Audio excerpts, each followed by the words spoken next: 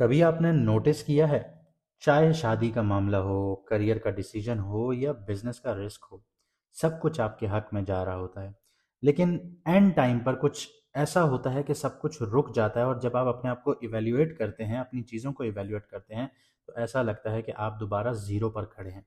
इस वजह से फिर आपको एंजाइटी भी होती है, डिप्रेशन भी होता है, इंसोम्निया भी देखने को मिलता है और सॉलिट्यूड में जाने की भी ख्वाहिश रहती है।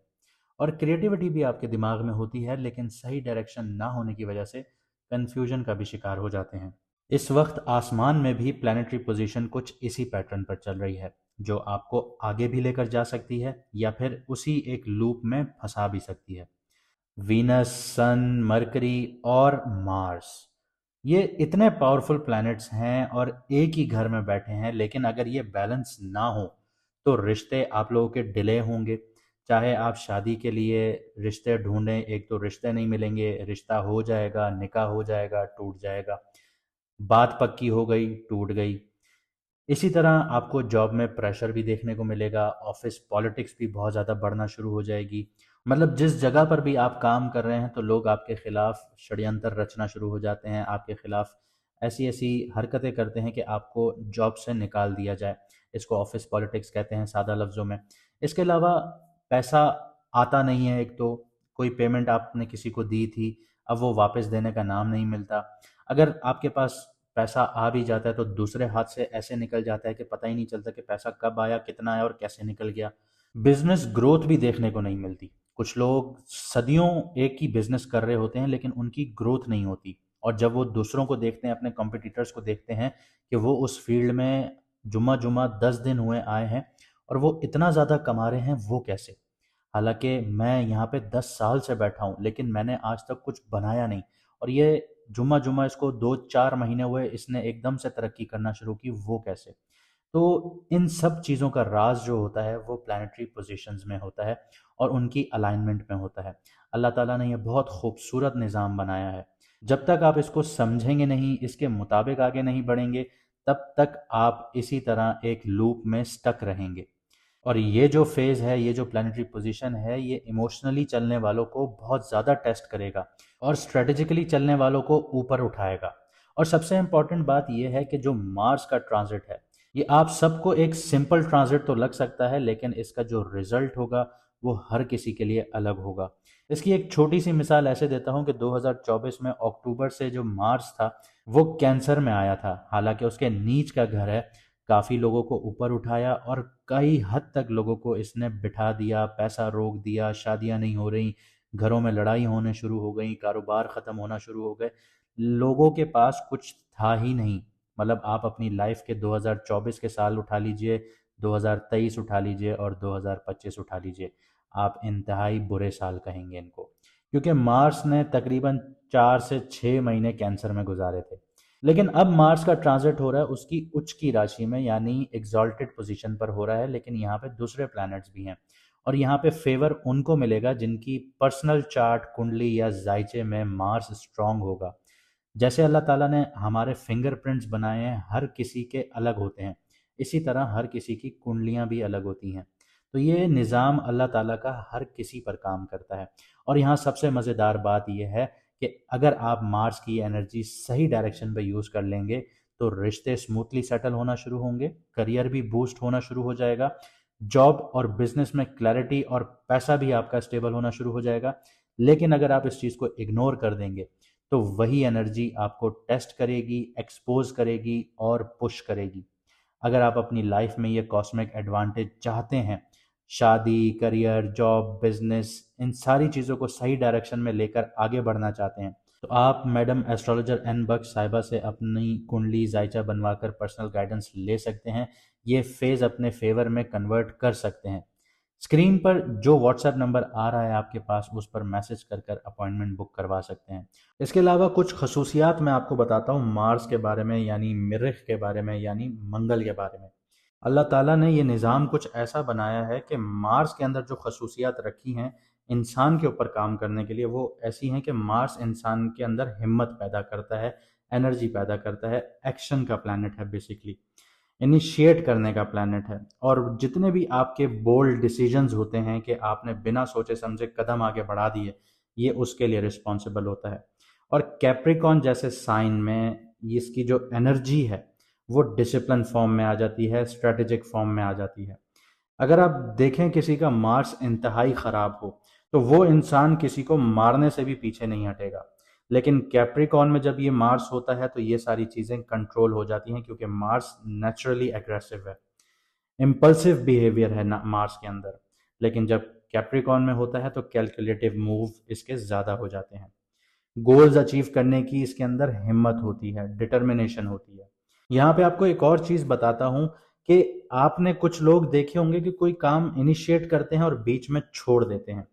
लेकिन जिसका मार्स बहुत अच्छा होगा, एग्जॉल्टेड होगा, तो वो अपने चैलेंजेस को, अपने जो उसने कदम उठाए हुए हैं वो उनको डिटर्मिनेशंस के साथ पूरा करेगा, अपने गोल्स अचीव करेगा, लॉन्ग टर्म लेके चलेगा। एग्जॉल्टेड मार्स जो होता है सस्टेनेबल रिजल्ट्स देता है। यहाँ पे चाहे आपने किसी भी तरह से गवर्नमेंट जॉब में जाना है, कम्पिटिटिव एग्जाम्स देने हैं, कुछ भी करना है, ऐसा इंसान तब तक हार नहीं मानेगा जब तक ये चीज़ें पूरी नहीं करेगा।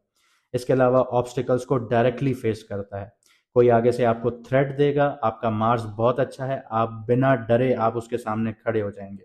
और अगर आपका मार्स खराब होगा तो आपके दिल में डर बैठ जाएगा और आप आगे बढ़ नहीं पाएंगे।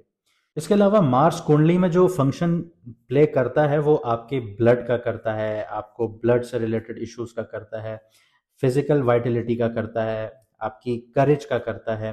तो इसमें आपकी हेल्थ ओवरऑल आ जाती है, ब्लड से रिलेटेड आपका स्टेमिना आ जाता है, आपकी बहादुरी का इंडिकेटर आ जाता है, करेज का इंडिकेटर आ जाता है। और कैप्रिकॉन में मार्स डिसिप्लिन लाइफस्टाइल और इंड्योरेंस को स्ट्रेंथन करता है। इसके अलावा छोटी सी चीज़ आपको ये बताता चलूँ कि हमारा सितारों का सफ़र दूसरा चैनल भी यूट्यूब पर है, आप वो भी सब्सक्राइब कर लीजिए, क्योंकि एक सीरीज़ इधर तो एक सीरीज़ उधर आएगी, ताकि आप लोग कंफ्यूज ना हो और आप लोग एक प्लैनेट्स की पैटर्न्स को फॉलो करते हुए अपनी लाइफ को बेटर बना सकें। मार्स कभी भी किसी भी घर में ट्रांजिट करता है तो ऑलमोस्ट 40 डेज वहाँ पे रहता है, और 16 जनवरी 2026 को मार्स ट्रांजिट कर चुका है कैप्रिकॉन में। आइए समझते हैं कि इसका असर आपकी कुंडली पर क्या पड़ रहा है। अब बात करते हैं स्कॉर्पियो मून साइन वालों की, यानी कि वृश्चिक राशि, यानी कि बुर्ज अक्रब वालों की। तो मार्स ट्रांजिट कर चुका है आपके थर्ड हाउस में, यानी कैप्रिकॉन में, और शर्फ में है। और अगर देखा जाए तो थर्ड हाउस बहुत ही बेस्ट पोजीशन है मार्स के लिए, क्योंकि मेलेफिक प्लैनेट्स को थर्ड हाउस बहुत अच्छे से हैंडल करता है। माइल्ड मेलेफिक प्लैनेट यहाँ पे बैठा है सन, जो कि थोड़ा सा वीक है। उसकी वजह ये है कि ये उसके एनिमी का घर है, लेकिन मार्स के लिए ये उसका शर्फ का घर है, उच्च की राशि है या एग्जॉल्टेड पोजीशन है। तो थर्ड हाउस जो है वो आपकी कम्युनिकेशन का घर है, आपकी हिम्मत का घर होता है, बहादुरी का घर होता है, आप लोग लड़ने से भी नहीं डरते, ये थर्ड हाउस है। सिबलिंग्स का घर है, आपके छोटे बहन भाइयों का घर है, आपकी शॉर्ट जर्नीज का घर होता है, आपको कुछ नए स्किल्स सीखने हैं तो ये उसी का घर है। डेली इनिशिएटिव्स का घर होता है कि रोज़मर्रा में जो आपको हिम्मत चाहिए होती है उसका घर है, और आपके नेबर्स का घर है। अब मार्स तीसरे घर से बैठ के चौथी नज़र से आपके सिक्स्थ हाउस को एक्टिवेट कर रहा है, जो थोड़ी क्रिटिकल, सबसे क्रिटिकल घर माना गया है एस्ट्रोलॉजी में। तो यहाँ पे आपका वर्क है, डेली लाइफ है, सर्विसेज हैं, हेल्थ है, आपका कंपटीशन है, आपके दुश्मन हैं, आपका डिसिप्लिन है, आपका रोग है, आपकी बीमारियां हैं, आपकी लिटिगेशंस हैं, सब आपका सिक्स्थ हाउस है। लेकिन सातवीं नज़र से वो आपके नाइन्थ हाउस को भी एक्टिवेट कर रहा है। नाइन्थ हाउस आपकी हायर लर्निंग का घर है, आपकी लक का घर है, आपके लॉन्ग डिस्टेंस ट्रैवल का घर है, फिलॉसफी का घर है, अथॉरिटी फिगर्स का घर है, आपकी मेंटोर्स का घर है। और आठवीं नज़र से आपके टेंथ हाउस को एक्टिवेट करता है, और टेंथ हाउस आपके करियर का घर है, पब्लिक इमेज का घर है, अथॉरिटी का घर है, प्रोफेशन का घर है, रिकग्निशन का घर है। अब यहाँ पे कुल मिला के एक मैं आपको छोटी सी समरी ये दे दूं कि अब आपका जो करियर अपलिफ्टमेंट है वो यहाँ पे 110% तयशुदा है कि ये अब आगे बढ़ेगा, क्योंकि मार्स आपका अपना लॉर्ड है, आपके स्कॉर्पियो ज़ोडिएक का लॉर्ड है। यहाँ पे वीनस, मरकरी और सन भी बैठे हुए हैं थर्ड हाउस में। तो यहाँ पे मरकरी जो है वो कम्युनिकेशन का प्लैनेट माना गया है, और थर्ड हाउस कम्युनिकेशन का घर है, तो ये उसके लिए बहुत अच्छी जगह है। और मरकरी कुंडली में एक राजा है, और मार्स एक सिपा सलार है, यानी आपका ये कह लीजिए चीफ ऑफ आर्मी स्टाफ है। तो राजा मार्स को चलाएगा। तो कम्युनिकेशन आपकी बहुत अच्छी होगी, लेकिन यहाँ पे सन बैठा है जो बादशाह की हैसियत से बैठा है, लेकिन वो कमज़ोर है। तो यहाँ पे अब आपका आएगा कम्युनिकेशन में ईगोइस्टिक अप्रोच। अगर आप ईगोइस्टिक अप्रोच को साइड रखते हैं तो कम्युनिकेशन के थ्रू आप बहुत कुछ जीतेंगे। इसी अगर आप ईगोइस्टिक अप्रोच को साइड रख के कोई नए स्किल सीखते हैं तो वो भी आपको लॉन्ग टर्म में बहुत काम आएंगे। स्ट्रैटेजीज के साथ आगे बढ़ेंगे क्योंकि मार्स स्ट्रैटेजीज को ही सपोर्ट करेगा, क्योंकि मार्स जिस राशि में बैठा है, घर में आया है, यहाँ पे उसकी जो एनर्जीज हैं वो स्ट्रैटेजिक हो जाती हैं। तो स्ट्रैटेजी के साथ आप आगे बढ़ेंगे तो आपको यहाँ पे फायदा होगा। निगोसिएशंस आपकी बहुत अच्छी होंगी, लेकिन शर्त वही है कि आपको स्ट्रैटेजीज के साथ ही निगोसिएशन करनी है। आपकी इंटेलेक्चुअल प्लानिंग बहुत अच्छी हो जाएगी।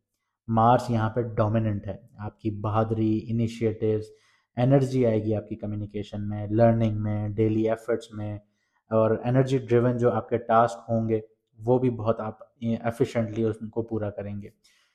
सन जो वीक है वो आपको ईगो और प्राइड देगा, जो आपके डिसीजन जो होंगे करियर से रिलेटेड उनमें आपको नुकसान पहुंचा सकता है।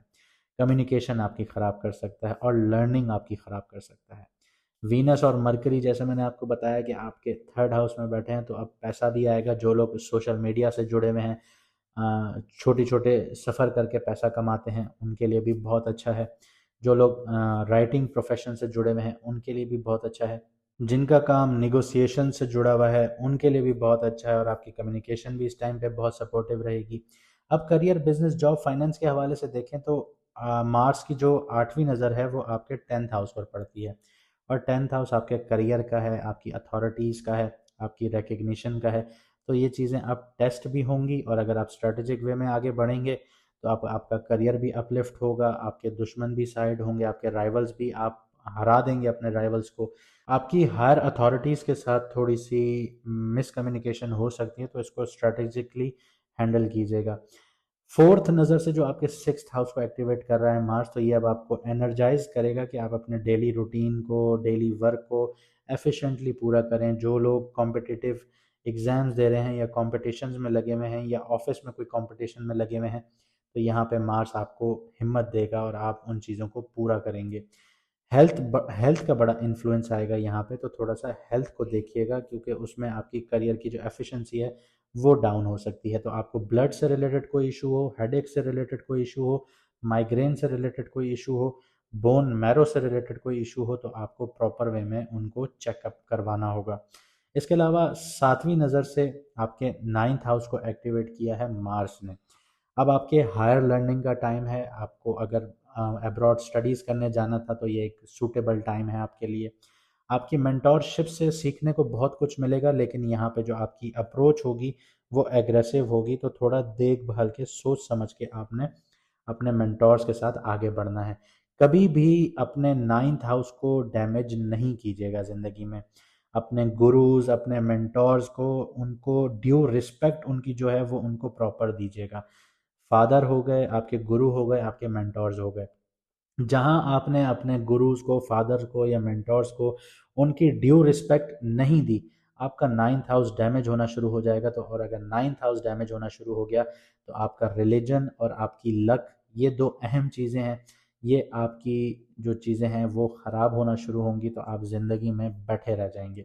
इसके अलावा लॉन्ग डिस्टेंस अपॉर्चुनिटीज़ भी आपको मिलेंगी, फ़ॉरेन के कनेक्शंस भी मिलेंगे, और फ़ॉरेन में बिजनेस जो लोग कर रहे हैं उनको भी बहुत फ़ायदा मिलेगा।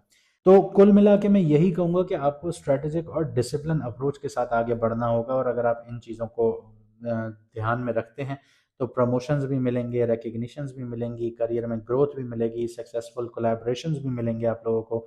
लेकिन अगर आप लोग इम्पल्सिव हुए, रिएक्टिव हुए, तो आपको लड़ाई झगड़े देखने को मिलेंगी, मिसकम्युनिकेशंस देखने को मिलेंगी, आपके काम 99% पर आके रुक जाएंगे, प्रोफेशनल स्ट्रेस देखने को मिलेगा, इसी की वजह से घर में भी लड़ाइयाँ देखने को मिलेंगी। रेमेडीज़ की बात करूँ तो हर ट्यूसडे वाले दिन आप लोग लाल चीज़ का सदका या दान करें। लाल चीज़ कोई खाने वाली ले लें, लाल दाल हो गई, वो किसी गरीब को सदका या दान करें। इसके अलावा आप लोग एक्सरसाइजेस कीजिए लाइट, ठीक है? बहुत ज़्यादा हैवी एक्सरसाइजेस ना कीजिए। स्ट्रैटेजिक एक प्लान बनाइए, जैसे मैंने आपको बताया कि स्ट्रैटेजिक प्लान बनाइए कि आपने एक्सरसाइजेस कौन सी करनी है, चाहे आप वेट लॉस करना चाहते हैं या आप ग्राउंडिंग प्रैक्टिसेस करना चाहते हैं या अपनी एनर्जीज़ को आप लोग डायरेक्शंस देना चाहते हैं तो वॉक कीजिए, आप लोग ब्रिस्क वॉक कीजिए, या आप लोग हाइकिंग कीजिए। तो आप लोग खुद डिसाइड कीजिए आप लोगों ने करना क्या है। तो इस चीज़ को एक स्ट्रैटेजिक फॉर्म में लेके आइए, उसको डिसिप्लिन से फॉलो कीजिए, और इन चीज़ों पर आप लोगों ने बहुत ज़्यादा ध्यान देना है, लेकिन सदका और दान इन चीज़ों को आपने कभी नहीं छोड़ना। उम्मीद करता हूँ आपको वीडियो पसंद आई होगी। हमें लाइक शेयर सब्सक्राइब ज़रूर कीजिएगा। हमारा दूसरा चैनल यूट्यूब पर सितारों के सफ़र के नाम से ही है, उसको भी सब्सक्राइब कर लीजिए ताकि आपको आने वाली कोई भी सीरीज़ मिस ना हो। और हमें सब्सक्राइब इसलिए भी कर लीजिए कि हम लाइव जब आएंगे तो आपके लिए आसानी हो कि आप हमसे डायरेक्टली क्वेश्चन आंसर्स पूछ सकते हैं। मुझे दीजिए यहाँ से इजाज़त, मिलते हैं अगली वीडियो में सितारों के सफ़र पर।